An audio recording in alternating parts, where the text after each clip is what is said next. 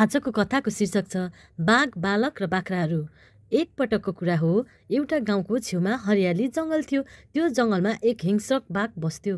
उसले बेला बेलामा गाउँमा पसेर गाई बाख्रा उठाउँथ्यो। गाउँका सबैजना बाघबाट निकै डराउँथे। एक दिन एउटा सानो बालक आफ्नो बाख्राहरूको हेरचाह गर्दै जङ्गल नजिकैको घाँसे मैदानमा पुगेको थियो। बाख्राहरू घाँस खाँदै थिए र बालक रमाएर गीत गाइरहेको थियो। उसले थाहा पाएको थिएन कि वरिपरि खतरा पनि हुन सक्छ भनेर। अचानक झाडीभित्रबाट बाघ निस्क्यो।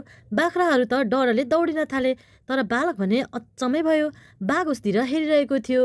बालक त डरले काप्न थाल्यो, तर हिम्मत बटुलेर ऊ बाघलाई नै सम्बोधन गरेर भन्यो, हे बाघ दाई, मलाई नखा है, म त सानो बालक हुँ, मलाई खाएर तिम्रो पेट पनि भरिन्न, बरु म तिमीलाई गीत गाएर सुनाउँछु। बाघ केही क्षण चुप भयो। उसले सोच्यो, यो बालक त नडराइकन गीत गाउने कुरा गर्दैछ, कस्तो साहसी बालक। बालकको मिठो स्वरमा गीत गाउन थाल्यो। बाघले ध्यान दिएर सुन्दै गयो। उसको कठोर मन पनि केही नरम भयो। बाघ मुस्कुराएर भन्यो, तिमी साहसी छौ, बुद्धिमान छौ, आज म तिमीलाई केही गर्दिन, तर ध्यान राख, सधैँ जसो यहाँ नआउनु, यो जङ्गल सबैको लागि सुरक्षित छैन। त्यसपछि बाघ फर्क्यो। बाख्राहरू पनि बिस्तारै आए र बालक खुसी हुँदै गाउँ फर्क्यो। आजको कथाको शिक्षा भने के रहेको छ भने, धैर्यता, हिम्मत र बुद्धिले कहिलेकाहीँ ठुलो सङ्कटबाट बच्न सकिन्छ। कथा सकियो।